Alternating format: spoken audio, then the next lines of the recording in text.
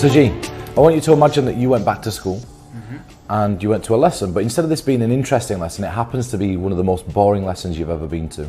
There's a teacher that you least favour in front of the board at the front, writing on it, and you can't get into the lesson. So you look to your left and you see a friend of yours just doodling on a desk.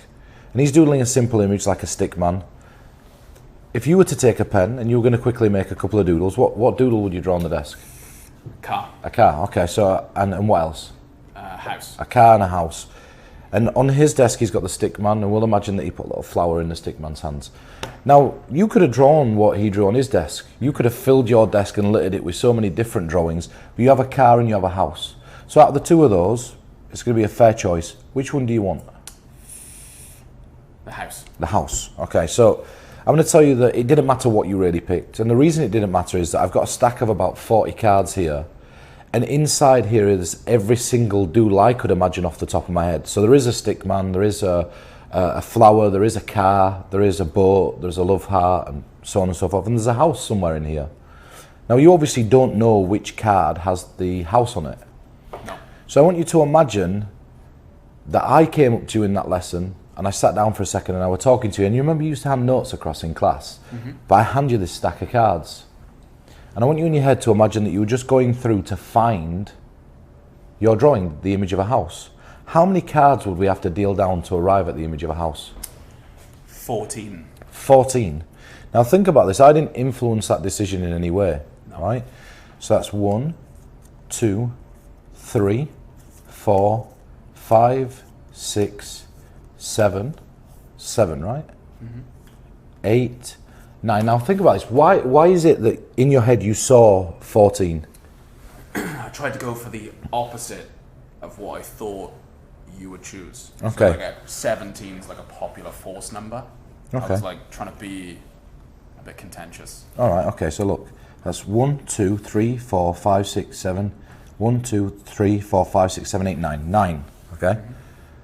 So this is 10, 11, 12, 13, 14. And you said you'd arrive at the image of a house. Yep. And there it is, the image of a house. Now, if you'd have drawn any other drawing, if you'd have picked any other number, that wouldn't have worked. Yeah. I'm going to be honest, though, I did tell you a lie. At the beginning, I said that I had every single simple image I could think of. But they're all houses. Recorded, yeah. Well, that's it. No, every single one of these has nothing else on there. So if you'd have chosen anything else, any other image, any other drawing, any other piece of card, this definitely wouldn't have worked.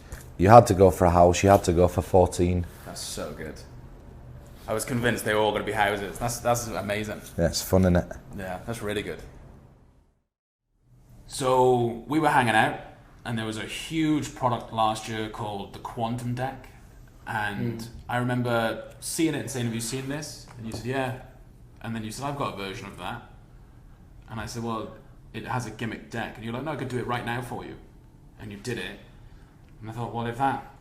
And it were a different image last year. Yeah, well. But it was like, if you could do it like that every time, and then have it completely inspected, you wouldn't even need the gimmick deck.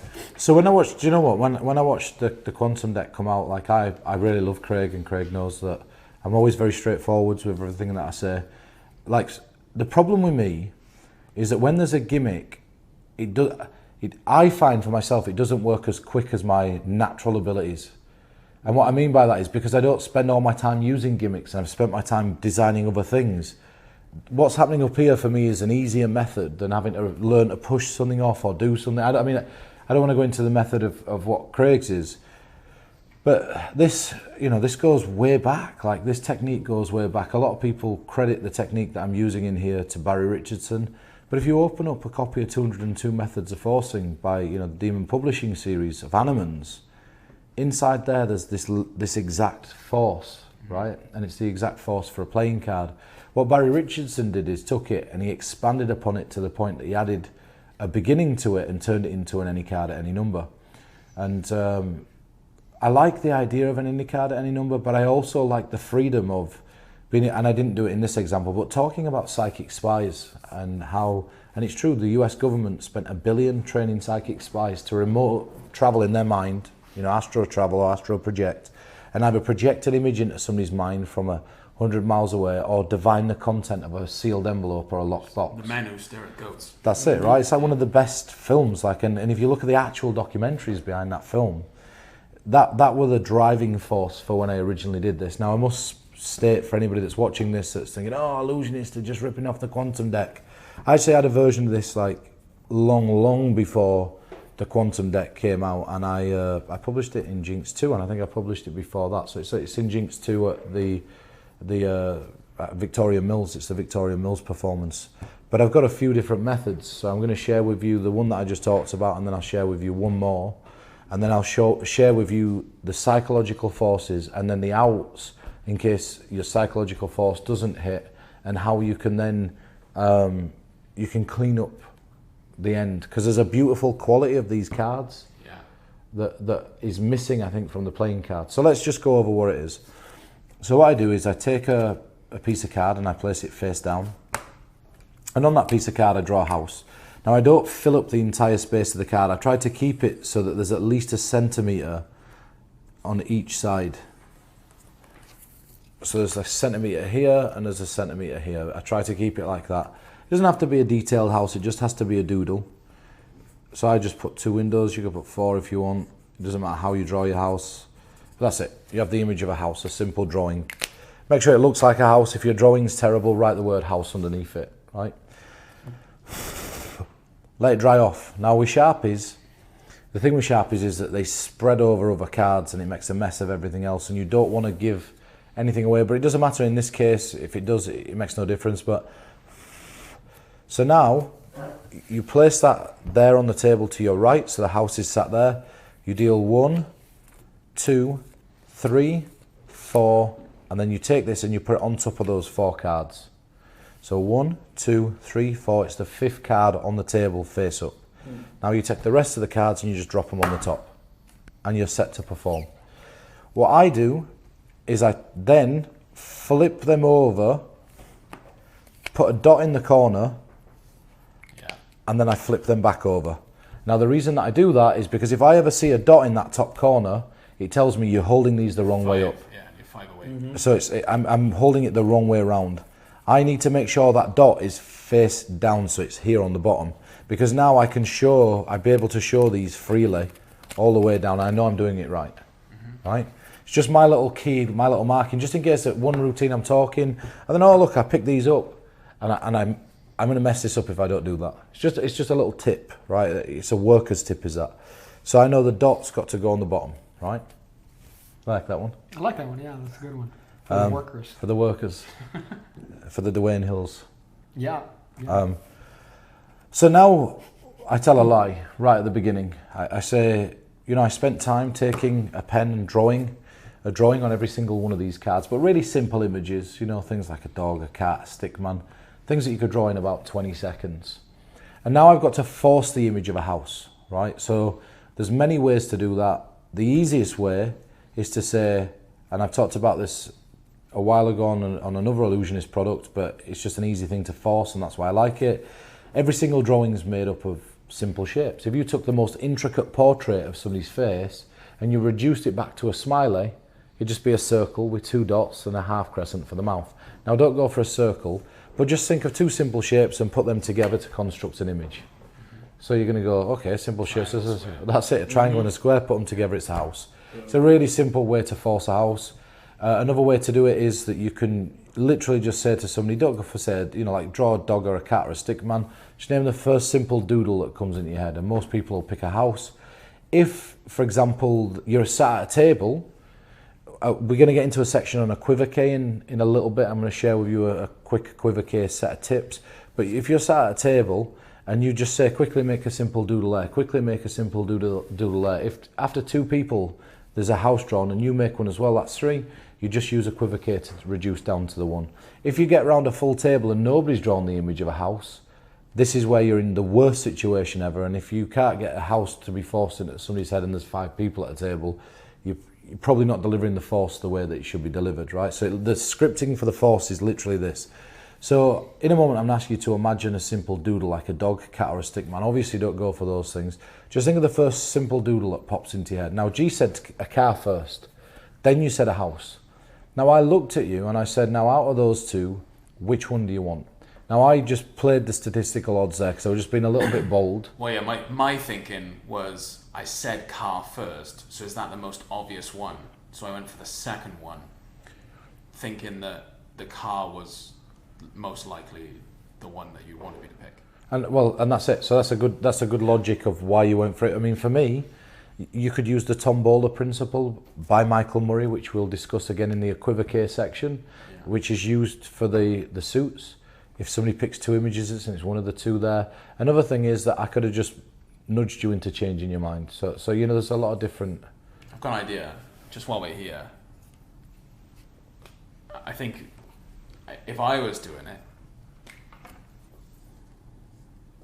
I would do that and that. And I'm thinking like a magician. So when you give your initial pitch and you say, I want you to think of a simple drawing. I've got a stack of drawings here, like stick men, there's a flower, and now you've like excluded those two, cars, boats, etc. I want you to construct a simple drawing in your head. You've just even further, you've solidified that there's that's a stack drawings on of there, drawings, which is and nice. you've cut out those two. That's really nice. So it's really nice. Throw my load in the soup here? Yeah. Yes, Right, my load in the proverbial soup. I'm thinking that if you have people mention different drawings in particular, right, and nobody happens to name the house, you say, well, great, those are all drawings that are contained in this deck. Would you happen to know where the image of the house is? Great. You don't. Yeah. You could just say it if you want. So basically you need to get them to a house. But it doesn't matter because ultimately, let's say that you can have any drawing appear there. Yeah. And the reason that you can have any drawing appear there is because what you do is just take what it is that they've said, draw it on that piece of card and say to them, right, everybody turn around, I'm going to hide it amongst my stack of drawings. Mm-hmm. And now you take out the image of the house and just put it in place, the image of whatever theirs is. One thing I've heard you do in the past is you reframe how simple the parameters were afterwards. So they select something simple, and then you go, now just imagine you could have gone for any drawing you wanted in the world. You could have drawn an ice cream cone. You could have drawn a plane diving down a mountain. You could have drawn an explosion in the middle of the sea. Like, you'll just throw out... Just the most random stuff. Random things, and it sounds like, oh yeah, I could have had literally anything in the world I could have drawn. And it just opens it back out. Yeah. So yeah, don't worry about getting to the image of a house. Like if you have to add it and then say, right, everybody look away, and then just take the house out and put it in. Yeah. Whatever happens, you're going to end up in this position where you've got a dot here, and whatever image it is going to be five cards from the bottom. It's going to be face up from the bottom. So you're putting the rest back on top. The rest is simple. It doesn't matter what number's named, as long as they don't name 40. So what I might do is I might say, look, there's about 30 cards here, and I might call slightly less than the amount, right? Which will leave me a few in my hand. And I'll say, you can name any number. So if you think it's like 2 or 3, just say to me, Pete, it's 2 or 3. What that does is it kills 2 or 3, which means you're going to go up a bit. Yeah. Right? And that's called limiting via inclusion. And the first place I ever read about that were in Psychological Subtleties, which is an incredible series I recommend. But now G gives me a number. So what's the number? 12. 12. So what I do, in my head I get 12, I subtract 5 from it. So in this case it's 7. Mm-hmm. Right? But this is the mistake I see everybody make. They go, because you're ultimately going to deal 7, whatever the number is subtracted. So if G had said 20, I'd be thinking 15. If G had said 10, I'd be thinking 5. He said 12, so I'm thinking 7. Just subtract 5 mentally from whatever number's named. They do this, so they go 1, 2, 3, 4, 5, 6, 7, and then turn the hand over. You don't want to do that, right? What you want to do is you go, okay, so 12. So that's 1, 2, 3, 4, 5, and you're happy that 12 are and I'm pausing. Yeah. You all right there, Jacob? Yeah. Are you sure? Your eyes going? You good? Yeah, I'm good. Are you sure? Yeah. Late night for Jake. Yeah, 1, 2, 3, 4, 5, and then. It's like your misdirection. Yeah, that's my misdirection. And you say, are you right there, Jake? And as the participants turn, you turn your hand over. Okay, so you go 5, 1, 2, 3, 4, 5, and then I pause. 6, 7. Now think about this for a second, right? And I lean back again, and now my dot's here. Now I might make my dot a little bit more discreet, right? But it just allows me to know. I mean, it could just be a pencil marking, you know. But now at fingertips, and all I've done there is just literally, as I'm touching and everybody looks up here, I do this here. It's also gets rid of my pet hate in Magic, which is this. You name 12 pig cake. So you're like, what number is it? 12. Yeah, 12. 1, 2, 3, 4, 5, 6, 7. What number was it again? Yeah. And you're like, are you a moron? It's Yeah, 12. yeah. It's the equivalent of the nail writer. Why? Yeah, so it's much better to be like, now think about how impossible this is. That's casual. Or like, you know, a lot of people think I've switched it, so I want you to count them off now. It's like, that's much better than, you know, like, what number was it again? Yeah, it's and there's a couple of those examples in things that are same as the Swami gimmick, you know. And we talked about that in the last set, that people have that trigger alert. It's, and why did you go for that number? Yeah. Do you know? So again, it's just 1, 2. Now you went for the image of a house. 3, 4, 5, and that were a completely free choice, right? Yeah. 6 and 7. Now think, you went for 12, and again that were a free choice. Yeah. So we have 1, 2, 3, 4, 5, 6, 7, 8, 9, and the beauty of these having white is you can't flash anything. Yeah. 10, 11, and now I hold this one, 12. Yeah. And the image that we're looking for is, House. Yeah. and I show it and I turn it this way, and then I drop that down. And then I say, you know what though, I told you a little bit of a lie. I did say that there were 52 different images on these cards, and there's not, they're all the same. And instantly people's brains go, oh, he just show a house on every one of us, I can't believe he fooled us with that. And then this is where you sting them with the turnover as you just deal. And they're all blank. Ta-da. And you want to messily display these, and then you get your revelation. Yeah. It's a nice simple moment, and when you think about it, and again, this is not going, this is not ripping on anything that uses blank cards, but with blank business cards, it sort of makes sense. Nobody's ever seen a blank playing card. Yeah.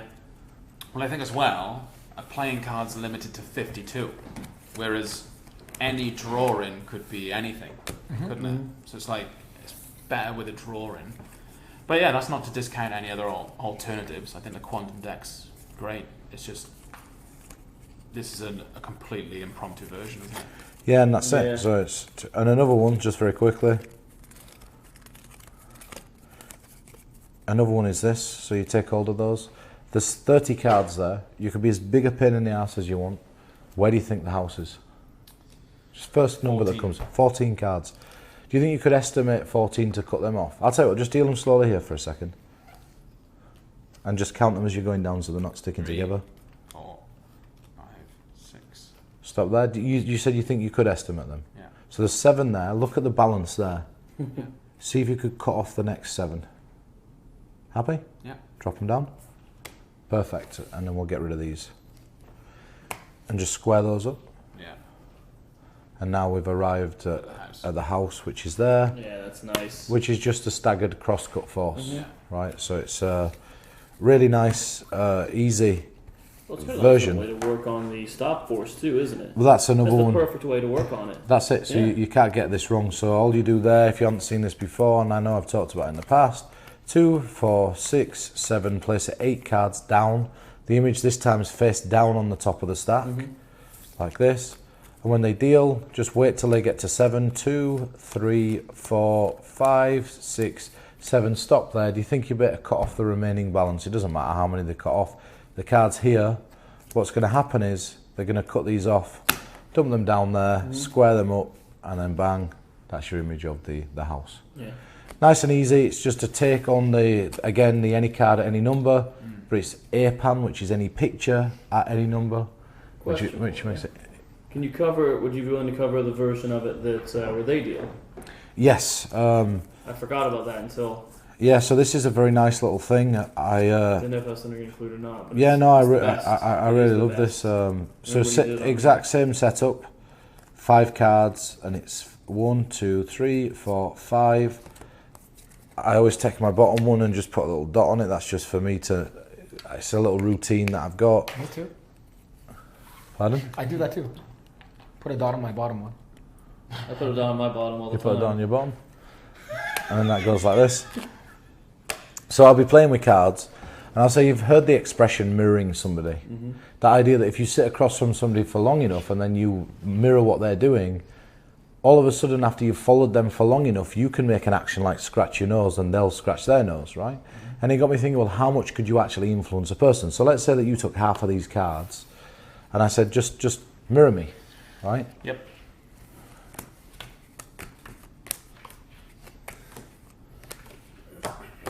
Super simple, right?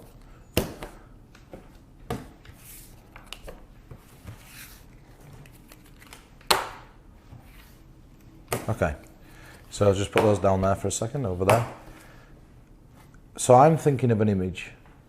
I'll tell you the image that I'm thinking of. I won't go through the rigmarole of the force. I'm thinking of the image of a house. So hold on to these for a second and mirror me. So I know exactly where it is.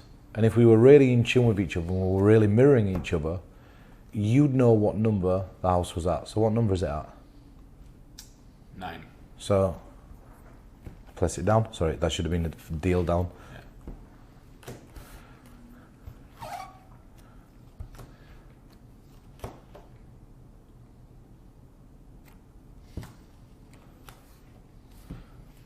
Look at me for a second.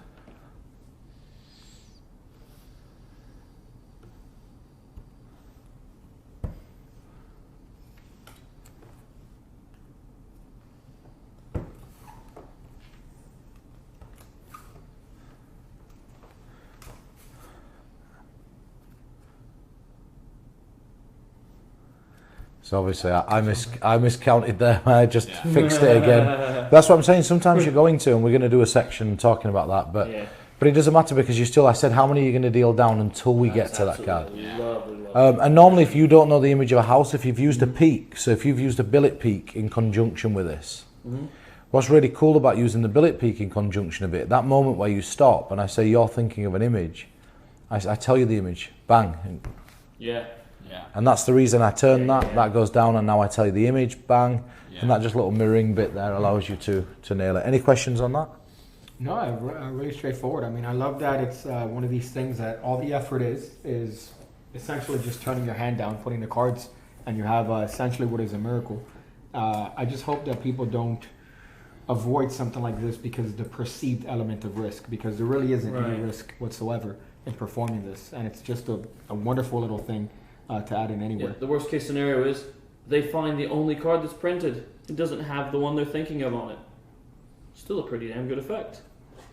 Well, that's it. I mean, it's just adding the number on it. You know, they still thought of the image. That's it, right? So it's like, it's a drawing duplication or a predicted one, at least, you know. So there is no failure in that.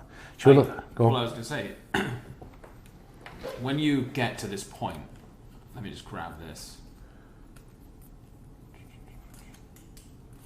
If you were going to repeat it, you've got your little pencil dot thing there, so you're dealing down like this, and they, and they get to here. These now, they're like set up, ready to go if you want to reset.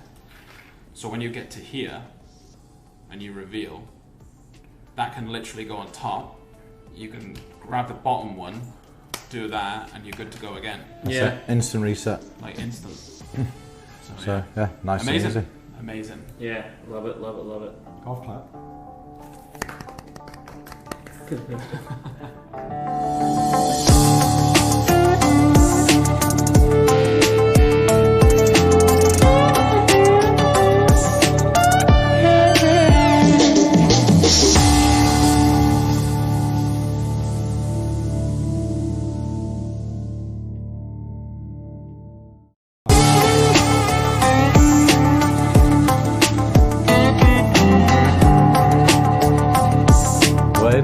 Dwayne the Pain Williams. Play a quick game. You take hold of these. Just give them a cut, and then a riffle shuffle. cut, and then a riffle shuffle. Another one. Yeah. And then another cut. You're happy they're well mixed? Yeah. I'm going to spread these out on the table and I'm going to give myself exactly 10 seconds to try to remember the order of the entire deck. Okay. So if you just watch your hands for a second. Okay.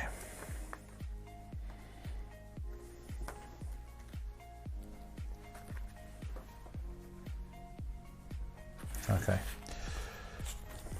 You can take hold of those. So I'll start with the hearts. In a moment you're going to deal these face up one at a time on the table and we'll separate all the hearts. So every time you hit a heart we'll put it off to the side. For the first suit I'll face this way so that you're not thinking that I'm using markings, and at the same time there's no way that I could be looking at the deck. So the very first one is the Queen of Hearts. It's on the top of the deck. Place that here and then start dealing them face up. The next one that you'll come to is the Three of Hearts. Done? Yeah. Then the Ten of Hearts. And then I'm getting the 27 club, which would be Amy Winehouse, Kurt Cobain. So then a 2 and a 7. Yeah?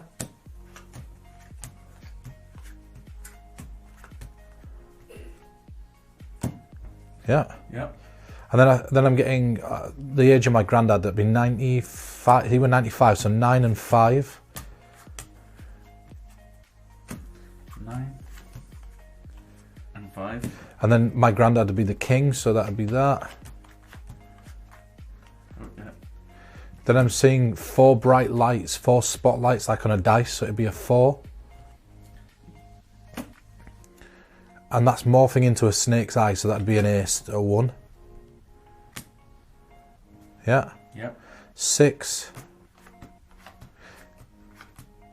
Do you know what my favourite playing card is in the deck, Dwayne? Go on. It's a Jack of Hearts, that should be next.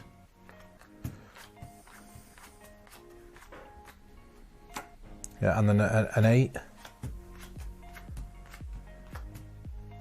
And then a king, and there's no more hearts in there.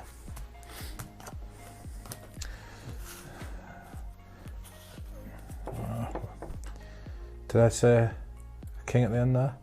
Yeah. Maybe I overshot that. Maybe that's the... You were right with the king in here. Okay, so, well, it doesn't matter. Take these, maybe that's the next one then. Maybe that's the club. The club starts with a king, that's what this is. So the first one's the king. Yeah, there we go. And then 41. I've seen the age of Adam Casper. 4 and then an ace. Weirdly, I'm also seeing Chuck Berry, and that's usually sweet little 16, so that'd be a 1 and a 6. There we go. And then I think it's... I'm seeing the name Jake, which normally means Jack and 8 together. That's what I'm getting next.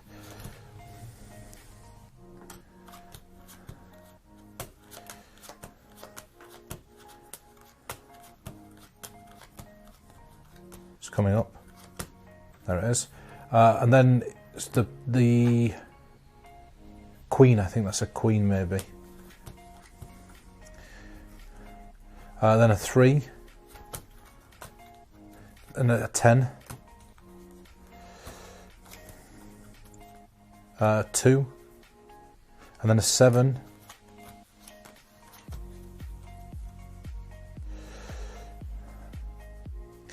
This is where it gets really difficult. I'm seeing a lot of spots. This is an 8 or a 9. I think we've done the 8 already, so this will be the 9. Then 5. And I think that should be it. Oof, it's taxing. I don't want to go through that entire process again, so we'll change the game a little bit. I want you to give these a riffle shuffle, but I'm going to look as you integrate in the cards, so do it slowly as they go down. So you can see the So faces. I can see the faces. Push them together quickly, pass them here. Don't give me too much time to think. That should go there, there, 2, 2, 2.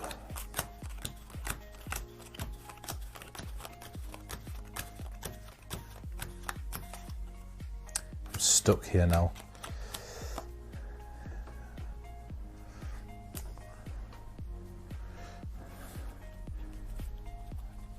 That should be every single one of the spades, leaving every single one of the diamonds, proving that it's 100% possible to remember the order of a deck of cards in mere seconds. That is sick. It's great, isn't it? That's so good. I love it. So this is Memory Shuffle version 2.5, and the reason I call it version 2.5 is because this is a wonderful creation by somebody called Mick Clark or Michael Clark, and this is a variant on something that he created. I've 100% got his permission to share this with you, to share this idea with you. The principle, the core principle that's used in this routine is the Gilbreth principle, but there's something really interesting about the way that it's done in this setting. So I'm going to talk you through the setup of this, how it's going to be set up, what you need to do to set it up, and then you're going to have to do a little bit of work on your part, but it's very minimal to make this work. So take the spades, and on the back of the spades, what I do is I borrow a deck. I like to borrow a deck and prep this whilst it's borrowed. You can take your own deck. I recommend using a deck that's a non-marked deck for this. So, you know, whether you use one of the Illusionist back catalogue decks or a bicycle deck. If it's a bicycle deck, if it's blue, you're going to need a blue Sharpie. If it's red, you're going to need a red Sharpie. Right in the center of the bikes or in the bicycles, what you'll find is a tiny little circle. And if it's a red back bicycle card, color that in red for each of the spades. So what I've done is I've put a little dot on the back of the spades right in the center on each one of these. So that one I took the pen and I just put a little dot in the center of the card. And I did that for each of the spades. Now these cards don't need to be marked. These are marked cards because of the cohorts, but I'm not using those markings. I'm ignoring those markings. I'm relying on these center dots, right? You don't need to do anything with the spades and anything with the diamonds. They could just be mixed up completely randomly. So take the spades and the diamonds after marking the spades and give them a mix. That portion of the deck is now mixed. And that allows you to casually flash the deck at the beginning, right? That's a little subtlety. That stays like that. Now, this is the bit where you need to do a little bit of work. I use the 8 kings stack, but I change it to 8 queens just to throw magicians off. And I've stacked these in 8 kings, except I've swapped the queen and the king. So it'd be 8 king, 3, 10, 2, 7, 9, 5, queen normally, but I've changed it to queen, king, 4, ace, 6, jack. Now, if you want to learn this stack, it's so easy. You just remember this one sentence. 8 kings threaten to save 95 queens from 1, 6, jack. That's it. So listen to that sentence. 8 kings threaten to save 95 queens from 1, 6, jack. Now, I have switched the king and the queen, but ignore that. So it'd be 8 king, threatened is 3, 10, 2 save, which is 2, 7, 95 queens, 4 is from 1, 6, jack. That's all you need to remember. So 8 kings threaten to save 95 queens from 1, 6, jack. If you're nervous about learning that, use your telephone number, use your date of birth, use numbers that are going to be meaningful to you. So let's say that you took my date of birth. It would be 2, 6. I know 10 is the month I was born, so that would be 10. 8, 7, and that's already given me a partial stack. All you've got to do is remember where you place the 3 court cards, and maybe you place one right at the beginning, one in the middle, and one in the end. Right, so you're just finding numbers that mean something to you. For this explanation, I know that that could get confusing quick, so what I've done is I've taken the clubs and I've stacked them ace, 2, 3, 4, 5, 6, 7, 8, 9, 10, jack, queen, king. You would not do that in performance. I'm doing that so you can see how this principle works. So I have one stacked, which is in my little stack, and each bank you'd stack. So the hearts you'd stack how you know them. 8, queen, 3, 10, 2, 7, 9, 5, king, 4, 1, 6, jack. Ace to king, I've put in clubs. This would be stacked in your stack as well, right? Does that make sense, Dwayne? Yeah. So the diamonds and the spades get mixed up. The hearts go in the bank, a stack you remember, whether it's your telephone number, date of birth, the club's the exact same. So now you collect them up. Clubs on the table first, then hearts, then the spades and diamonds collectively. And that's it, you're prepped to perform. You'll never need to stack this again apart from slight rearrangements, and it'll instantly reset every time you perform this. So now you take them out of the box and you just casually flash them, and if you look at this, they look like they're mixed. They're not, right? It's just the spades and diamonds that are. So you get somebody to cut them once and shuffle them. They can genuinely riffle shuffle this deck of cards. You get them to cut again, and you get them to riffle shuffle. Now what you're going to get them to do is spread them on the table, or you're going to spread them face up.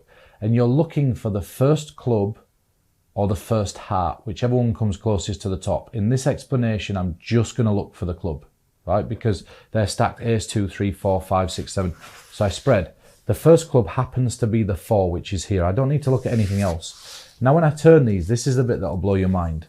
As I turn them, I say, when you get to a club, put it to the side. So I say the number 4, which is coming up now.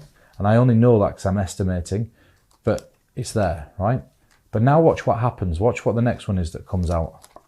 5.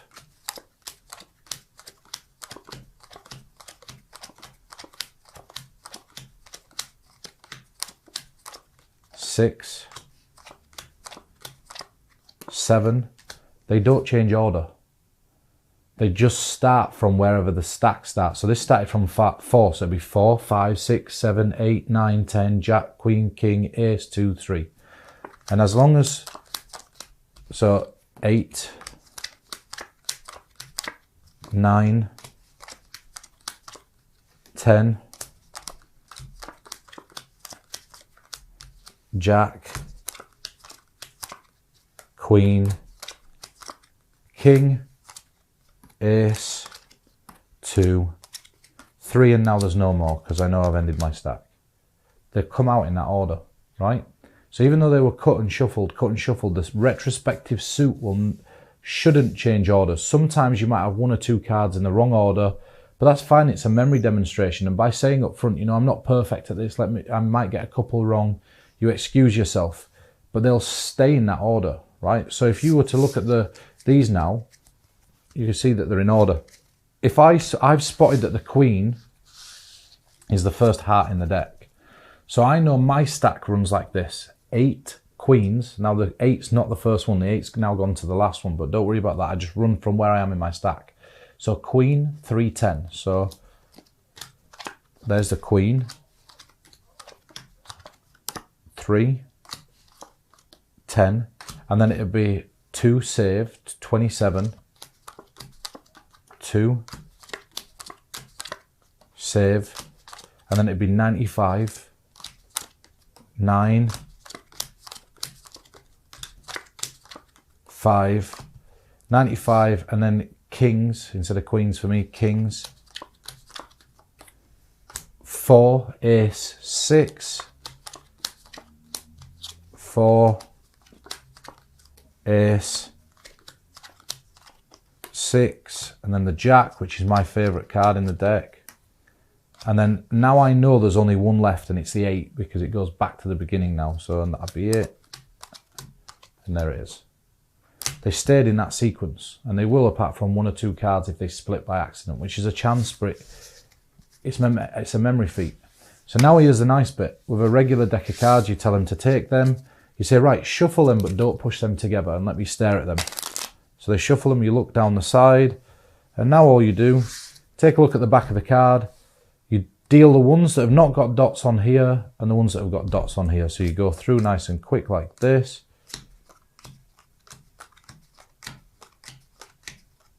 And I normally mutter whilst I'm doing this to make it seem like I'm doing something, so I'll go like, 2, 6, 1, 4, 2,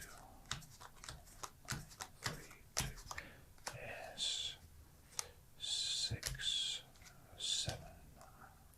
Okay, and now these will be all the spades as a quick hit on the end, separated from all the diamonds. If you wanted, you could run into an out of this world on the end here with these last 2, and it'd work perfectly. You could quickly separate them and say, in fact, you know what, why don't you try this? Why don't you try looking at them? And now you do a false, you take them to this position, you do a false riffle, like a Zaro, strip through Zaro is going to work there. It doesn't matter how messy it is. Double check your work, but again, these are still in the exact same order, and then you can do it again. A little bit neater on this table, it's hard, but you can Zaro shuffle and now move into an out of this world, right? I mean, obviously the first one looked really messy, this table's not the best, but any false shuffle is going to allow you to keep the cards in the exact sequence that they need to be kept in. So yeah, that's the explanation for memory shuffle. It's super simple. It's not something you need to overthink. As long as it's cut, riffled, or riffle, cut, only twice, it'll stay in that sequence because the retrospective suits never actually change, which tells you everything you need to know about how everybody's perception of a riffle shuffle is not actually, it's not actually right, but that doesn't matter. Anyway, that's memory shuffle 2.5.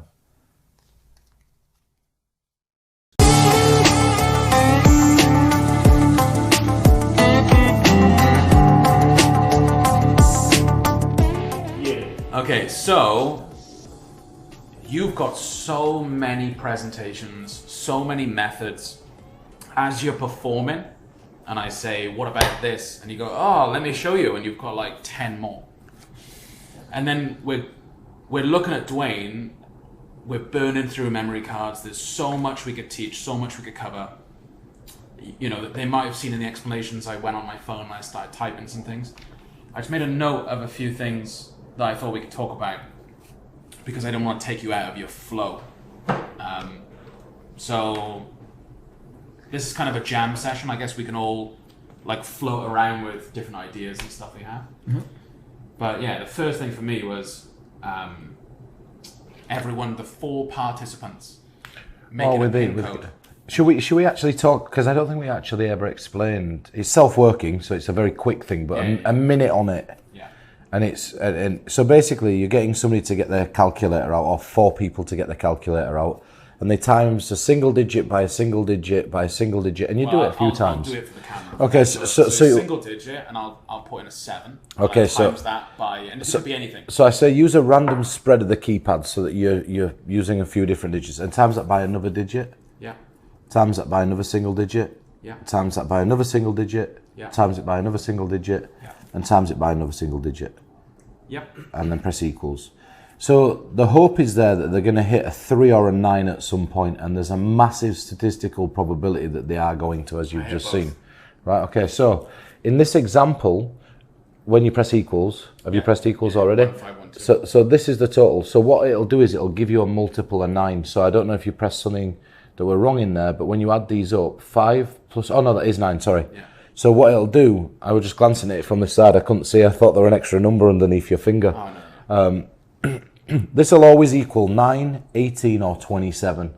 And if you do something ridiculous, it'll go all the way up to 36, right? So the first question I ask is just add them together till you've got a double digit. If somebody says, I don't have a double digit, you say, okay, that's fine. But you'll see that this number will always total 9, 18 or 27. Yeah, so if 1 plus 5 is 6, 6 plus 1 is 7, 2 plus 7 is 9. So let's just do this again. So you erase it out. So, and genuinely do it randomly, a single digit times a single digit, times a single digit, times a single digit, times a single digit, times a single digit, and if you want, you can do one more. Just make sure you're giving them enough chance to hit the number and then press equals. Yeah. Right, so now when they add this up, if you were to add this up, so 5 plus 8. Yeah, 13. So then plus 9. Yeah. Which would be 22. Yeah. Plus 6, which, 28. and then plus 8. 36, yeah. So 9, 18, 27, 36. It's a multiple of 9. Yeah. You see, so it's going to equal 9, 18, 27, and in extreme cases, which that just was, 36. It's never going to be higher than that. But then 36, 3 and 6 together is 9. So you can always condense them well, down, that's right? what we did. So all those numbers, if you take 9 on its own, will be 9. If you have a single digit, that's fine. Yeah. So if we're doing it with the 4 people and you had a single digit and you just had a 9, I'd say, all right, whatever your single digit is, that's fine. If you've got a double digit, add the 2 numbers together. A 1 and an 8 is going to be 9. A 2 and a 7 is going to be 9. A 3 and a 6 is going to be 9. It'll always equal 9. Everybody has the number 9, right? So now when I write the numbers down, all I have to do is include the number 9 in there. I say I don't know what order I'm going to pick up these up on. I write down 2963. I lean back and I go, raise your hand if I got your number. And now everybody's going to raise their hand because they see the 9. That's it. Does that all make sense? It's super easy. It's self-working. Single digit by times by single digit times by single digit. They'll hit a 3 or a 9 at some point statistically. If somebody just hits 1 times 1 times 1 times 1 times 1, this is not going to work, right? But you've seen that every time we've done it, it does. So you've got a massively high probability that it's going to. How you because I picked up on it, being a magician. They said, make it really random. Use the whole Keypad. And it made me think of going around different digits, right? And that's it. And if you're so scared about this, I'd literally say, so take like a random digit, like a 2, punch a 2 in, times it by, say, a 9, times it by, in fact, you pick a number, times it by, and you mention the number 9 if you're so scared of it, and it's just going to equal 9, 18, 27, or 36, and then you move into this presentation. When I did it with 2 people, I just had them leave it as their 2-digit numbers and put them together. And then just to quickly explain what happened, I assume that both people are going to think of 18. Always assume that both people are going to think of 18. But what I do instead is I write 18 and 43. So that's it. So I write 18 and 43. And now I look and I go,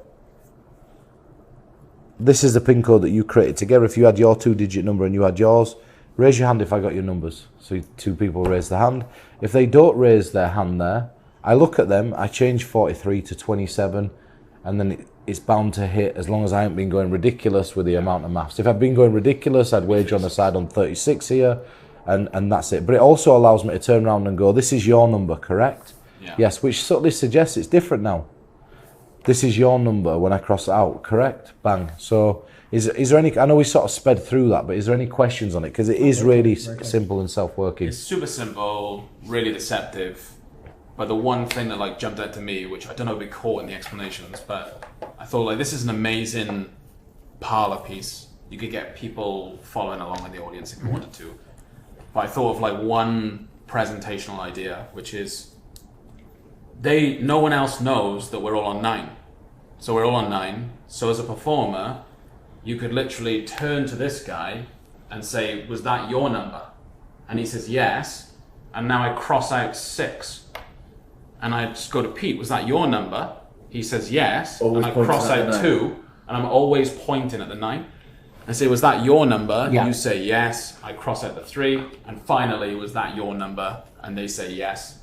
So and each person will be returning to their seat one at a time as that's happening. So to an audience, I'm never showing them which one I cross out as individuals, but to the audience, I show the audience that I got everyone's number, and then it's like another layer of deception where it's they must have all had different numbers because he crossed out every number.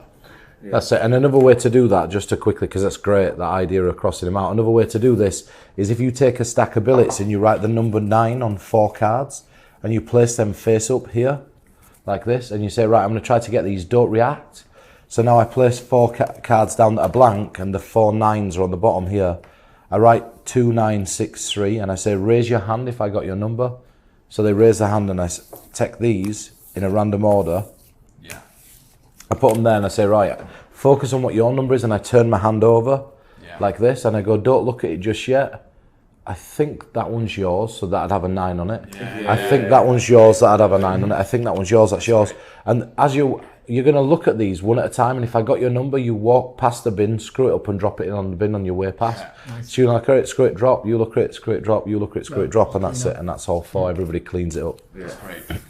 Thinking about it as obviously that's great for stage and everything, but I always used to perform close up. Yeah, close up at gigs and cocktail bars and stuff. So for me, I'd have gone straight to having a pin code with a 9 in it on my phone.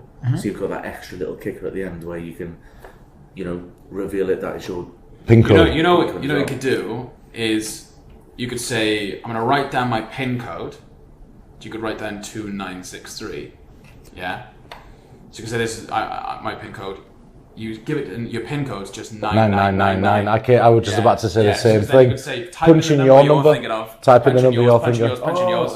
That's I thought. And then you could show the audience that I was just about to say that's my pin that code, and they got it right and it's open. So just to explain that, you change your pin code to 9999. So now you have a digit, you have a digit, you have a digit, and you have a digit. I think that I'm going to start with you. Put your number in there first, then pass it to who you feel it should go to. And then the last person. Before you show the audience, you say, that's my PIN code that unlocks this phone. So now the audience is aware of 2963, but everyone else is not. And then the phone opens and bang, you can check it out. So these little touches are all things that you can do outside of what it is that you're going to do, right? There's also another little thing with this. So if you have the knowledge that it's going to add up to 9, 18 or 27, what you can do there is you can say, right, think of one of those numbers. So they do. So you say, we'll do something slightly different with you. Think of one of those numbers. And now just call out the numbers you don't want. So now all they do is call out the numbers they don't want. And if it's above 9, you know it's going to be 18. And now you know how much it takes to make up 18, so you know their number. So let's say that it adds up to 15. You know you're only 3 away from 9, 18. And then you know they're thinking of the number 3. Does that make sense? So you're just calling out the deficit, whatever the amount is. So you can have them have different numbers. So like, for example, let's say that you all added numbers up and you ended up with a 2, a 5 and 2 ones like you did before. And I say to you, right, just show each other your totals. So you're showing each other the totals. Think of one of those numbers and now call out the numbers you don't want. And if there's any repeats of your number, call the repeat out, but it doesn't matter. So call them out. So imagine you had 5, 2, 1 and 1 and you thought of one of the numbers. Okay, so I think of 5. So call out the numbers you don't want. 5, 1, 1. Okay, so now I know 5 and 1 is 7. Yeah. So I know your number's 2. Yeah. And I go, but look, when you call out numbers, yours would be different. You call out the numbers you don't want. Yeah. So now you can call out the numbers you don't want, and now I know it's 2, 6, 4, 3, or whatever it is. And the deficit tells me exactly what numbers you're thinking of, and now you don't need to fail. So just to give you an idea, if you open your phone, so you can all see this, just to give you a practical example, because it might be impossible to follow, but type in a single digit, times it by a single digit, times it by a single digit, times it by a single digit, and one more and press equals. So you have a total there. Right, just everybody look at each other's totals, so you'd all show them, they're all different. And the numbers that you choose will be different to everybody else's. Pick one of those numbers. Yeah. Now call out the rest of the numbers in any order you want. And if there's any repeats, call the repeats out also, but don't call out your number. 4, 1, 1. So think about that. You wouldn't call those numbers out, but I now go 4, 1 and 1 is 6. That tells me you're thinking of a 3. Yeah. So now I know what your number is, right? Because it's how many to get to the nearest multiple of 9. If you did the same and you were on 12, I'd know it takes 6 to get to 18, so that's your number. So now I can just figure out the actual PIN code that everybody's using in this situation as well. That could be like the first phase. You could do that and then get them to add it up after, and then have another PIN code. That's it. You could think about this. Imagine you got somebody to add numbers up and they randomly times in numbers, and you had a dictionary on the table. Yeah. So you knew that it'd be page 9, 18 or 27. And you get them to pick the first word on the page. Now all of a sudden you can nail the word. Well, but here's the other thing, is they don't know that they're all on 9. So you could know the 9th page, the 9th line, and the 9th word. All so you could say, okay, flick to the page you're thinking of. They got a 9. Next, count down the number of lines that you're thinking of. They count down 9. And count, and show them the line. Show the next person the line. You count across the number of words you want. So they count over 9. So no, they don't know, but you've done like a perfect force. And that's it. There we go. You see, this is why these jam sessions are good, Yeah. right? You could even hand everybody the same book and ask them to sneakily peek at what the word is, the first word on the page. Yeah. And instead of writing down 2963, what you can write down is the one word that everybody's thinking of, and 3 words outside that nobody's thinking of, and say, if you see your word, take a seat, and now you can pick the most elaborate words that you want, and they're going to go take a seat as well. So it just allows you that option to open it up, do you know? And I think that's... I guess the other thing you could do is, you could, because everyone's on 9, you could say, like, you get them all down to that single digit or whatever, you could memorize the first word on page 9, 18, and 27. So now, when you go through it, you've got him down to a single digit. So you say, okay, you think of a word, the first word on this page that you're thinking of. You take it, this person's on 18 or 27. You think of that word, and now you've got 3 word divinations that you can do in a moment's notice. Yeah. It just makes real simple sense to do it that way. Yeah. Another thing is, and again, I'm going to briefly mention this, and then I'm good to move on. I don't know about you guys. Yeah. Is the old grey elephants in Denmark? Yeah. So it's A, B, C, D, E, F, G, H, I, which would be I. If you ask somebody to think of a country that started with that, it's going to be India or Indonesia. And then the last letter in that's going to be A, and you ask them to think of an animal, it's probably going to be an alligator or an aardvark. Right? Or you could think of something that's really restrictive to the letter A, and then you could use the old grey elephants in Denmark gig and say, I didn't know that they were many alligators in Indonesia. Do you know what I mean, or whatever?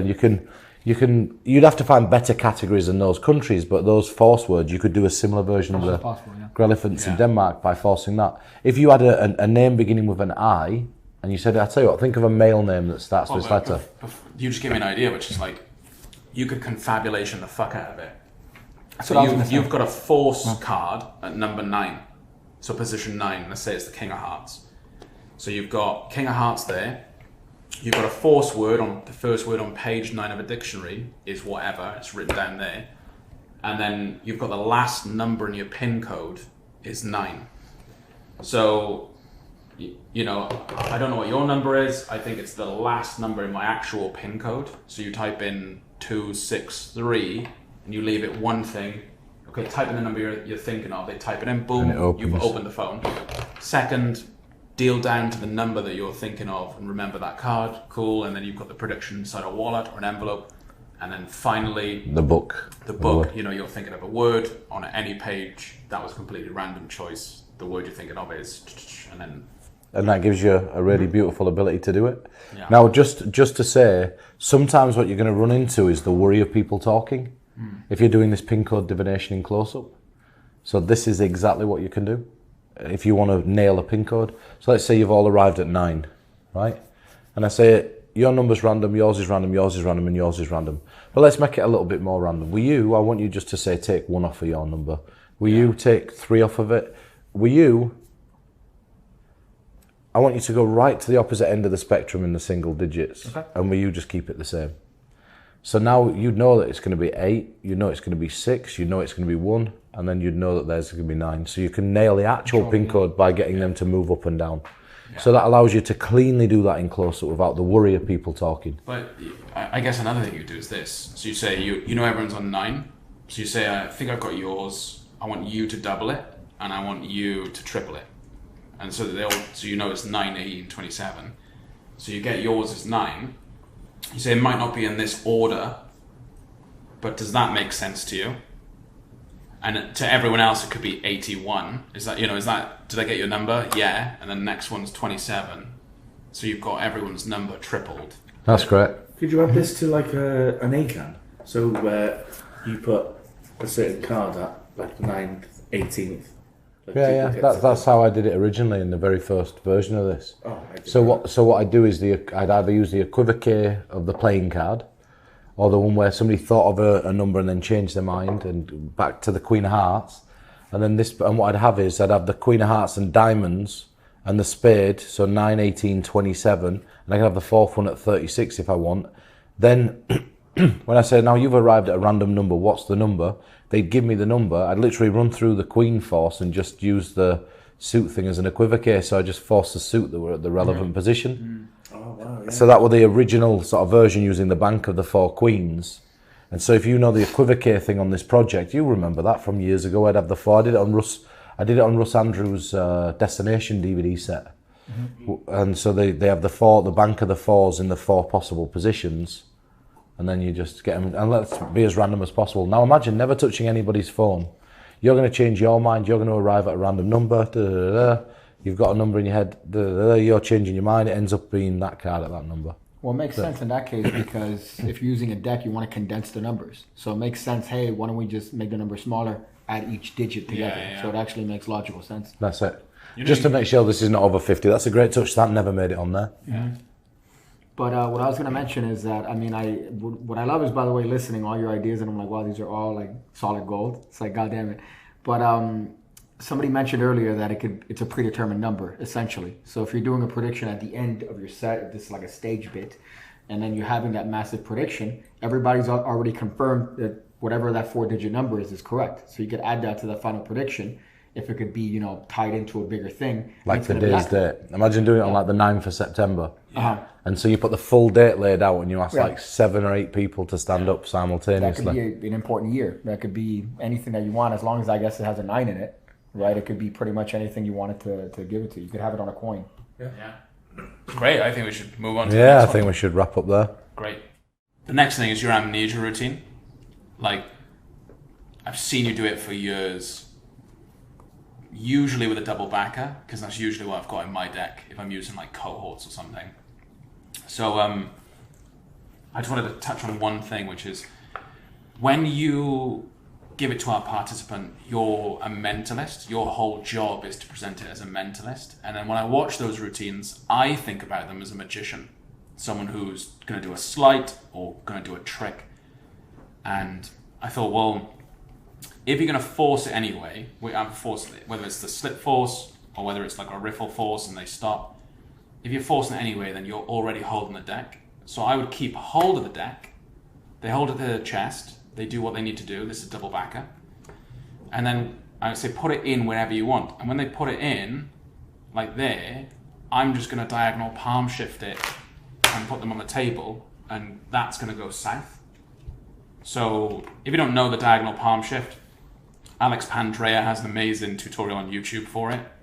So I'm not going to go over it here. But you could do any control you wanted to, even if you got a break here and top palmed it off even. You could do whatever you wanted to.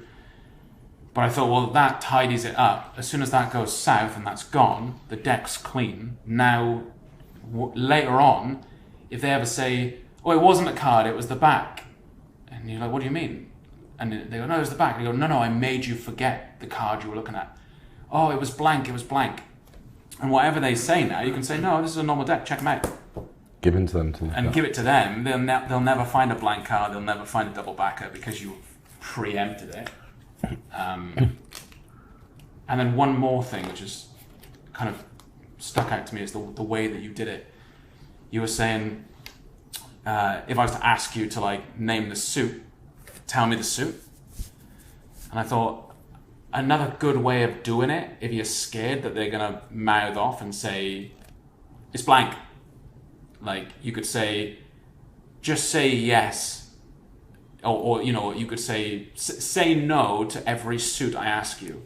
Was it a diamonds? And they go, no. Was it a spades? They go, no. Was it a hearts? They go, no. Was it, and then you go, because that could be like the first stage of them forgetting. Like, I'm gonna make flipping it. Yeah, like I'm gonna make you forget the suit first. It's gone from your mind. Was it a diamonds? No. Was it a hearts? No. Was it a spades? No. Was it clubs? No. To everyone else, then it looks like they forgot what suit it is. It's like a... Yeah, you're sort of inverting it, so they're getting... Instead of a yes... So in hypnosis, there's a thing called a yes mindset, and this is a no mindset. It's a repetition of no, so then you can say to them, was it any of those suits? Yeah. No. So what suit was it? Yeah, exactly. You can lean in and ask the question. You're sort of leading them down the path first. It's great. But it's a safer way of not giving them free rein to answer. Because when you say, tell me what suit it is, if you want to play it safe, you don't want to stumble across a contrarian that goes, it was blank actually, mate, f*** you. You actually, being safer, just, was it a spade? No. Was it a club? No. It's a lot safer to go. No, yeah, 100%. If you want to do this for real, get the How to Control Minds kit. Yeah. Because I discuss how to do this for real on the How to Control Minds kit without a gimmick. This is like a pseudo hypnosis effect, isn't it? Yeah, it gives you the. So basically, I went. What it's placed in here for is the motivation to move into anything that requires somebody to write something down. So it's meant to be a quick opener that's powerful and impactful to make a statement, but lead you into the more impressive thing for the person, which is them writing something and you guessing what it is. With it being like a pseudo hypnosis effect, I noticed you doing all the gestures, the hypnotic gestures and taps, and like you do. Yeah, you go like, what was it? Yeah, there's a lot. So I'm also genuinely pushing for them to forget it. Yeah. Which in my head, I'm looking at it like instead of looking at it like a magician, I sort of look at it like a hypnotist. And you might be thinking, well, how do I do that? I'm not a hypnotist. Just go watch hypnotists on YouTube and how they speak. They repeat things. So instead of just saying like, and you're going to look at this and you're going to forget it, what they'll do is they'll say, and you're going to look at this, and in your head, what's going to happen is you're going to forget what this is. You'll forget it when I ask you, and they'll lean in, they'll repeat things, and they'll touch, and they're looking, and they're anchoring. And as you're just remembering to forget, and you just double tap on the words like forget, and let people see you doing this, because they'll go, we're anchoring, you were touching, you were doing this. It used to get me. That's it. Yeah. So it's like people will watch that, But there's another technique you can use as well, and this is a remnant of Reverse Gestalt Moment, or RGM, from Seven Deceptions, Luc Jamay. And this was Luc's very first book. And again, I always speak very highly of Luc. He's a genius. If you want to show this as a different card, he does it in a different way. You can, after you've taken it, you could top change it for another one and show everybody else. Yeah. And then put it in. So now everybody's seen it and they'll argue with the person. But the reason I don't do that is A, because I think it's too close to what Luke did. B, I like the idea of them thinking it might be real hypnosis. And not only that, like another thing is, if you make the NFW gimmick up, I don't know if you remember the old NFWs in the black, but take on the top of like a card that's going to be on the top of the deck and put a piece of scotch tape on the top and then just rub it with your fingers. So it's sticky, but it'll only stick when you press down. So now when you take it back, you could take this like this. You literally put them down and you say, now keep your eyes on this deck of cards. And you just tap. Now it's stuck. Now you can literally cut this into the middle. And when you spread these, as long as you're light with it, that card will stick to this one. And you can go through them and literally go and look. Every single one of these all the way down. And that would be covered because it's double stick. Every single one of them, one by one. So that way it confirms in your hand. That's it. So if you wanted to confirm it, like G had said, you're not very good at the diagonal palm shift, which I'm not, you could just get a bit of double-sided scotch tape. No, another thing that works for that, just because you mentioned that, is great because it's like a temporary solution. So you're not committing 100% to the tape, is you get a Post-it note and you scrape the glue on the actual card. And that way it almost creates like the same thing as a card with double-stick tape, but it's actually temporary. And well, that's great. I didn't know that. Anything on that. Yeah. So I didn't know that. It on it. It's great. You know that line where you say, I want you to imagine this card, and I want you to imagine that every detail fading away. Could you then add the line at the end with the touches and stuff, and saying, and from this point forward, you'll swear all you seen was a blank card. And then when they go, I do add it. So if you play the performance back on G, I say it shrinks right down to this point. It's so small, and then it pops, and all you're seeing is a completely blank card in your mind. And every time you try to remember this, the more blank the card will appear. So you're reinforcing that. But some performances, you've got to remember as well, when you're watching me perform, the reason that you might not remember it is that you've seen me perform that a lot of times. And sometimes I do put it in there and sometimes I don't. And sometimes the ending will be different. And one time I'll talk about walking in, we've all walked into a room and forgot what we went in there for. I get them to imagine going from a room they're comfortable in into one that makes them feel slightly uneasy. Yeah. And that's why they forget. Or with you, what I talked about is how we have a secret, and those secrets might seem important at the time, but a year down the line, we might look back on those and they don't really mean as much as they did a year before. If we're worried about a particular thing, we might not worry about it in a year's time. So then I get them to imagine travelling forward a year in the mind and looking back and trying to remember the card in this situation in a year's time. Yeah. And so I just play how I feel at the time. I mean, for me, like when I say this and take it for what it is, I don't mean it as in it's not meaningful. It's not important. Yeah. I'm not saying it's not meaningful, but it's not important. To me, if I sit with somebody and I think, oh, this person's talked to me about the situation that's affecting them, then I might go for the one that in a year's time we might not worry about this. So let's say I'm just doing something and I turn up and they say to me, so yeah, I'm going through this situation, can you give me some advice on it? I'll lean back and I'll say, I don't want you to say what this is out loud because I want you to know that you are already sharing it. And a problem shared is a problem half, but I want to remind you of one thing that you might not be thinking about. And then I do this, and I say, and in a year's time, you look back on these things, and they might not seem as big as they once were. In fact, they feel trivial. And depending on how I am in that, with who I'm with, is depending on what situation I'll play. And so just get used to bouncing and changing your presentations. Cut the presentation out entirely and try it, see if it makes a difference. I think that comes with just experience in performing the effects, because the more you perform it, the more you'll get comfortable with it and the more you'll think of other ideas and you'll be able to switch and change to the situation, And that's it. And, if you've got This Is Mentalism by Rich Ferguson, there's a really nice paperclip switch that's inside that. Is that on? I think it's number 2. Is that on? Is it number 2? But is it on? It's on Illusionist, yeah. Yeah. Okay, so you could get it over at Illusionist. Yeah, it's a long time ago, but I mean, if you wanted to take the card and put it in your pocket and the paperclip switches it for you, now you can literally just take it back out and say no. What you can do as well, if he does that, so you're holding it to your chest, and you say, okay, you take a look, then it's important you don't tell them what card this is, and you could just top change it and say, actually, put your hand on it, and now you're putting your hand on a real card. So when you go through the entire presentation, when he swears blind it's blank, and says it's not, I promise you, he's gonna die to want to check that, and then as soon as he does, it'll be like a second guess, like.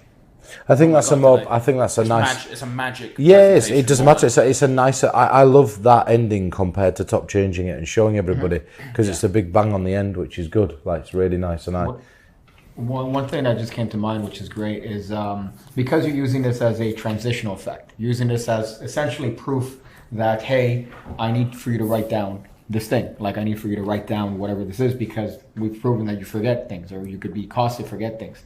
So it'd be great if you do that top change or you do whatever switch, you drop that card almost on the peripheral. You have them forget the card, you know, go through the whole process, it's a blank card.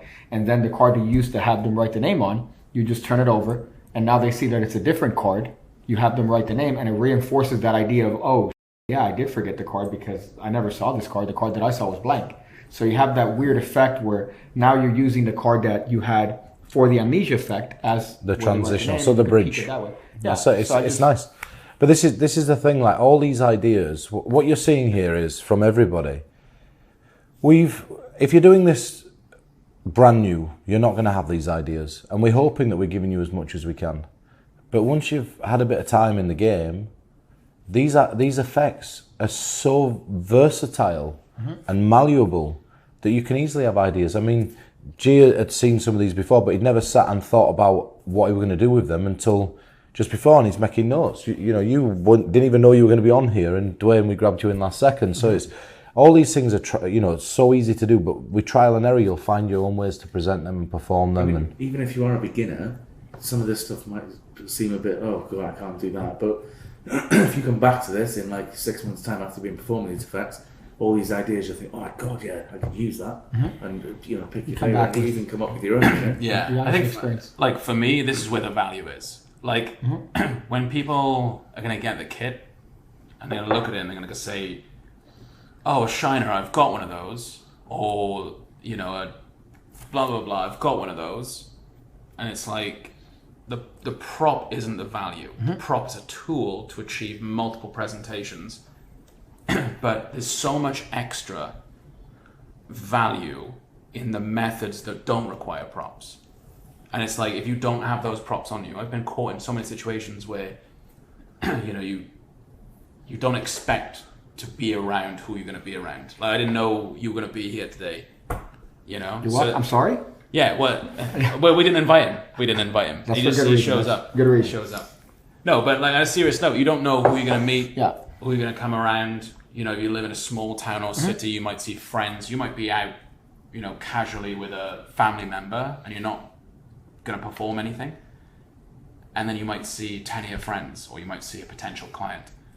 So it's like, having these things where you can borrow a deck, or you can get a stack of business cards, or you can draw a house, between 12 beer mats, whatever you're going to do, like knowing these methods is listen, if you wanted to borrow a deck from a bar and you knew how to get the card out, you literally take a marker pen and just scribble the face off of a card. Yeah. You know what I mean? So you, in the heat of the moment, you just scribble a card out, take the ace of diamonds, scribble it all across and out, and then perform it. Yeah. So you there's little ways that you can perform everything that you're seeing here with next to nothing. Look at very fluid. Look at the phone thing. Yeah. That phone thing. You don't need to touch anything. You just do it. Yeah. But I think it's a very mature thought, because as a beginner, I remember I had the same pitfall, which is I would look at something and I would perform it as performed. And of course, this is a different environment. We're here with lights. We're doing it for this. We're doing it to explain it. But these methods are so malleable. You could apply what you know, and as long as the effect is the same, and you want to convey that effect, that's really what matters at the end of the day. So another thing that I would caution against is just thinking that this is the only way to do this, because there are many ways to skin a cat, which I recently found out is talking about catfish and not a cat. I don't know if you guys knew this. No. Okay, well now there's... Well, I didn't think you were. I thought you were taking the actual fur off the top of a cat. No, it's catfish. Yeah, that's what I thought. So just a little tip there, another bonus, I Do you guess. skin a fish though, or do you descale a fish? Yeah, I guess, but semantics. Why would you want White to skin a trash cat? America. Yeah. America. But what I mean, just to kind of put a pin in that, it's just these are essentially what you should focus on is the effect, right? The effect is here, it's king.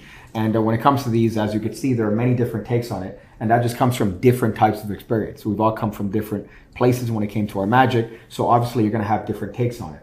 And as a beginner, it's very easy to just to see this and copy it. But just know that there are different ways to do it, different ways to perform it, and different ways to get around it. I mean, I showed you something earlier over lunch, which was how a mentalist would do the ambitious card. Yeah. Which is a conversation me and you had on the phone. It was like a full exercise of, you know, a magician does the ambitious card, but a mentalist doesn't do the ambitious card. Yeah, But so how they would a do- mentalist do an ambitious card? It's like, it's really It's interesting. interesting, yeah, because you can use Yeah. it for drawings and billets and other things. Yeah. You know, I think that, you know, it's a really strong No, but I'm way saying to, that- yeah, it's a strong way to think about things, isn't it? Like how you can take something that'd never be done by somebody and, well, how would they do it? How would a footballer play basketball? Yeah. You know, how would a basketball player ski? Do you know what I mean? Like they both use their legs, they're both sportsmen, they're different sports, but how would they approach the sport? Do you know what I mean? I think Oh, the that's short guy be a tall guy. put on your platforms that you wear and don't tell Thank you, anybody thank you. about. God bless you. God bless you, Peter. It's all right. Listen, you brought it up. I just Okay. I think that's good for that. Yeah, I think hopefully you enjoy all of that. So Mark and I went into depth on pencil reading and pen reading. I really said everything I needed to say in the explanations to that. Such a simple technique once you get it down, but you can do it over a distance. So you can learn to use it over a distance. On the pocket, on the pen writing or pen reading, is there anything anybody wants to ask me about? Well, yeah, because what you added to it, which I think is another testament to, I think, your credibility as the world's greatest mentalist, is that... Your tongue out is our scary. yeah, I know, it hurts, it sucks, but... He hates it, cries at night because he has to admit I'm it. like, it's so good. But one thing, especially when I was learning this, reading it from Corinda, right, the 13 steps, is that the idea that I had is that I had to pencil read every single letter in the actual word. And I'm like, this is just, like, no, thank you. So what you did here is something I've never seen, which is just pencil read enough to get the actual bit, obviously assuming you could actually get it, which... But that with fishing allows you. I'll give you an example. I mean, don't go for a Welsh name because I don't know all of them. No, it's true. I'm not. I can't guess something I don't know. I could give you the rough sound of it, but it's never like I still can't say your name after I don't know how many years, right? But I want you to think of an English male name for me and tell when you got one in your head. Now, let's say that I'm pen reading. And I get the first letter, but that gives me a big clue straight away as to what this is. But let me try to take a guess without. So if you can abbreviate, so just see the name like Richard really largely, right? And if you can abbreviate the name, abbreviate it. If you can't, just say that I can't. No, I can. And think of the amount of letters in the name. Yeah. So it's like 3? Yeah. Yeah, so just imagine that first letter for me and in your head keep saying it over and over. And I'll see the second letter. And again, this name's not a unisex name, is it? No.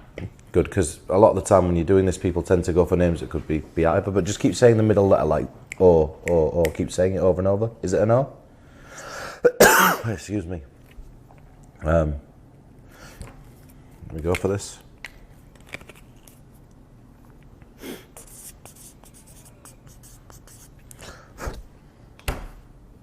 You go for Ben? No. What'd you go for? Dan. Yeah, no, I went for Daniel as well. Yeah, that's right. So you have to excuse me. The piece of ice I had went down the. Oh, stop giving it the... Unbelievable. He's got COVID from Blackpool, but it's... No, it's worse. Blackpool. Go on then. Should we do this again, just to? Yeah, but how do you get from that to Daniel? Well, let's do it again. Okay, so you again, don't go ridiculous. Think of it, and don't pick one of your kids' names or something like that. But think of the first male name that comes into your head. Okay. Now, if you can abbreviate it, abbreviate. If you can't, just say I can't. Yeah. Okay, so think of the amount of letters in this name. So this is longer this time. It's like 4. No, it's 5 letters long this time. Longer. Abbreviated? Abbreviated? No. Yeah, so think of the amount of letters in the abbreviated name. Now this is shorter. In fact, this could be abbreviated 2 ways, I'm thinking, but this is, again, 3 letters. Yeah. Again, this is not a unisex name, is it? No. Say the first letter over and over again in your head. Yeah. And then the second one, like O, or 0, 0, or an O. Yeah? You thinking of an O? Let me go for what it is.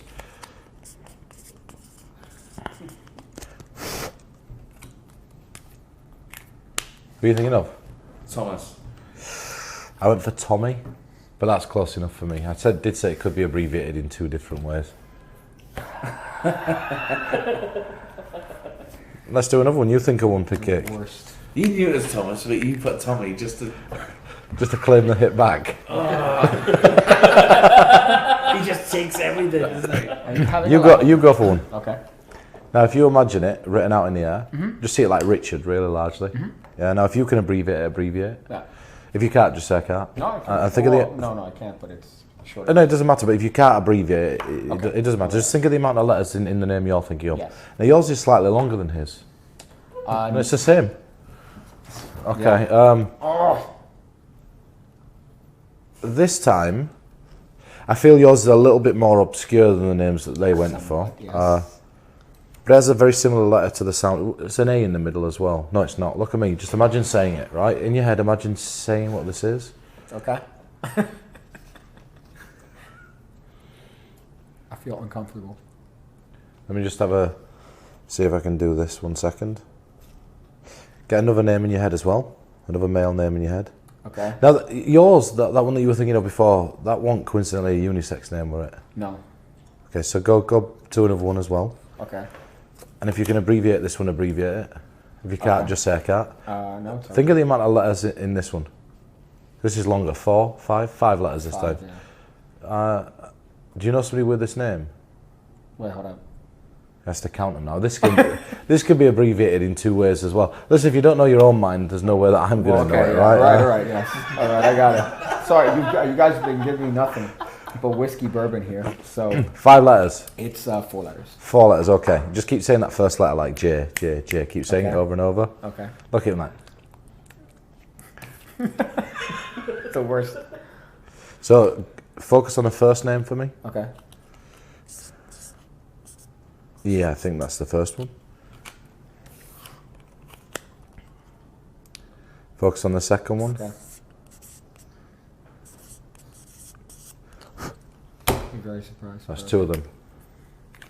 Don't be. You get these. What do you mean? I think I've got your first one. Yeah, and I think I've got both. But I think I've got both. One of them didn't coincidentally begin with a P, did it? No. No, was it Mike? Mark? No. What was it? Jim. And Omar. Jim. And Omar. No. That's exactly it. Yeah. God, how the fuck did you do that?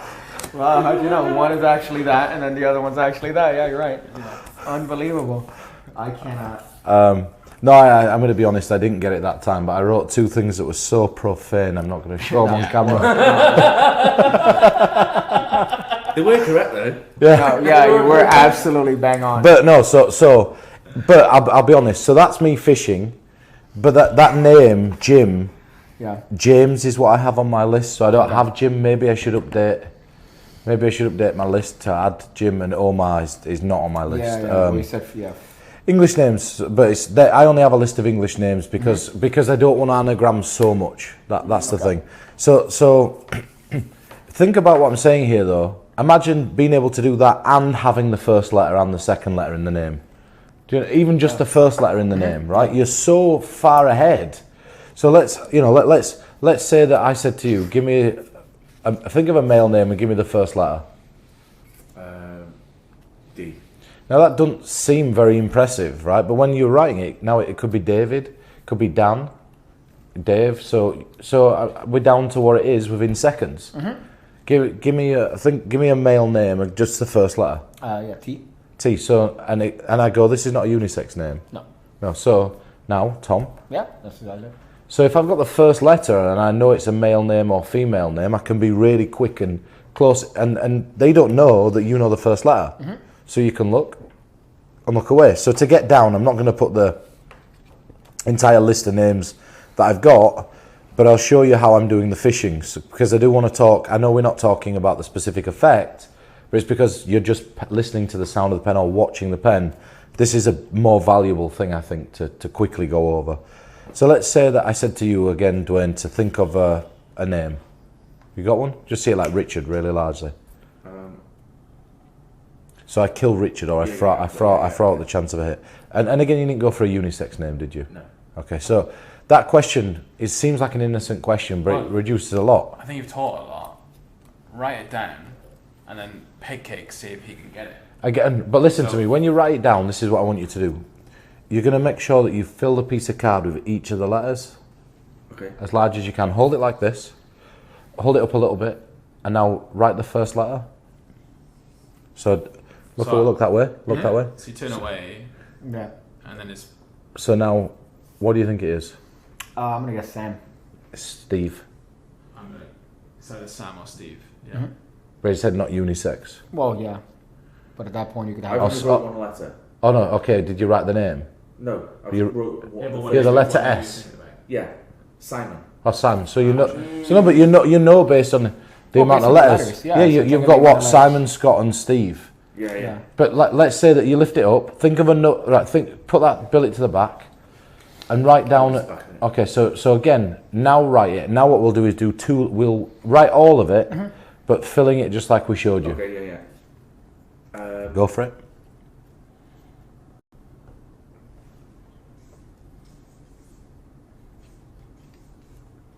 So now I can look this way. Now I'd guess Brian. Close. I guess Ben. Ben. It were Brad. Brad. Hey. But I'd seen the B and the R. So Yeah, yeah. Brian, Brad. Okay. You're a lot better. But I'm fishing. Let's But have some I practice. turned away after two. I could have watched the entire lot. But just to show you this, hold it up. Think of a drawing for me. Something you can draw and fill the entire piece of card. And again, something that we'd be able to show on camera and recognise. Okay. Got it? Draw it. Go for it. Okay. And I'm done. It's a car. Yeah. I don't even need to look any more than that. As soon as it's great, isn't it? So as soon as and I genuinely do. Again, one more. Just Okay. this is the flower. Nice. It's going to take practice. Like you've done that for so long. I think for people to know that, like, But when you're making them fill the card up Yeah. and hold it there, it's so easy to do. You don't need to touch anything. So listen to me. This time, write the name of a country or a place. I'll do a city. Okay. Paris. fucking hell. Do one more. Okay. I'll do a country. Okay. Okay. So India. It was India. So I'm. Now, do you have a preference? Now that were extremely quick. You wrote that. Yeah, but you still nailed it. Well, at first I thought L, but there were no bottom stroke on it, so I tried to work out what country I knew began with L that were 5 letters. But I saw an A or an N, and I just quickly knew it. So I'm pretty good at this, but I've done it for a while. But what I'm saying is that learning how to reduce down is important. Yeah. And so fishing, let's say I were fishing between Brad and Brian. I wouldn't, and this is, I'll tail off on this. Let's say that in my head, I knew that, but we'll use the example of Scott, Simon, or Steve. Think of any one of those, Scott, Simon, or Steve. Okay. So now I know there's a B, so I know there's an S and a T, or an S. I've got the S, not a T, there's an S. So I go to the last letter for me. Yeah. Just keep saying it in your head over and over, like E. Keep saying it over and over for me, louder for me. Just in your head, just imagine drawing that last letter. Just imagine drawing it. No, it's not that. So now it's not Simon, it's not Steve, and I'd know that it was Scott. And so I'd know which one it is. Because what I do is I give myself 2 chances using 2 reductive processes. One of them is, so let's say it's Brad or Brian. Focus on Brad or Brian. Just keep saying the last letter in your head over and over, like N, over and over again. Keep screaming it. Now I don't know what this is, and now I know it's Brad, right? If I wanted to, because I'm killing the last letter, I know the B and the R, I just don't know what the last letter is, right? But by giving myself the first 2 letters and the last one, there's only one letter in the middle. It can't be Brud. It's got to be Brad, right? So there, just let me teach that wash principle, and I think we should move on, right? So let's say that you were thinking of either a house or a car, but you don't know I'm down to a 50-50. So you have no idea I'm down to a 50-50. So I said, just imagine drawing the lines out for me in the air. No, it's not that. Now I know it's the car. Yeah. So that's a principle I came up with a long time ago. I start to draw what I think they're seeing. So I go for the most basic shape. So if it's the car, what I'll do is, if I decide to draw the car, I'll go like this, and I'll draw 1 circle, and then 2. And if they don't react at that point, I just wash it away. No, it's not that. And now I know what it is. When you say react, what are you looking for? All right, so let's say you're a lay person. Yeah. Right? And you've drawn any drawing in the world, but I'm not sure if it's a car or a house, because I've pencil read it and I'm like, oh God, this could be a car or a house. So either think of a car or a house. Now, imagine you've never seen a trick before in your life, and think of one of those 2 drawings. Imagine drawing it for me. Imagine drawing the lines out. No, it's not that. Because at that point, if it was the car and I'm drawing the circle and then the circle, you're going to go, you start smiling as if to say, oh, he's getting it. If not, I wash it away, go, no, it's not that. So I know you went for the house. You can see that changing. Yeah. So I'm looking for it, just any sort of change, and I know what it is, and then it washes it. But yeah, that's how you sort of fish around, reduce down that bit. This is going to take practice, like it really is. And listen, I can do this from one side of Covent Garden to the other. Do you know what I mean? I practiced it for so long. And I'm not staring intently like I was here. Normally I'll be looking out the corner of my eye. And I actually do this every time I give somebody a billet. Every single time I give somebody a billet, I do it, you know. And if you go to Mind Games, we're going to give you a... Choose a discount code. Okay. Just choose a code. We'll do Piggy Smalls. Piggy Smalls. There you are. So if you use the discount code Piggy Smalls in the cart, you'll get 50% off Mind Games. That's 50? Yeah, 50, yeah. 50% off. If you go and watch that set, there's a whole section on natural shiners, elbow reading, sound reading, and being able to use different types of pen, pencils. If it's a skill you want to learn, I highly recommend it. That, and there's lots of psychological forces, performances, people freaking out. It's a great set. Jump over and get it. And that's a good tail. Yeah. Got him. Nice.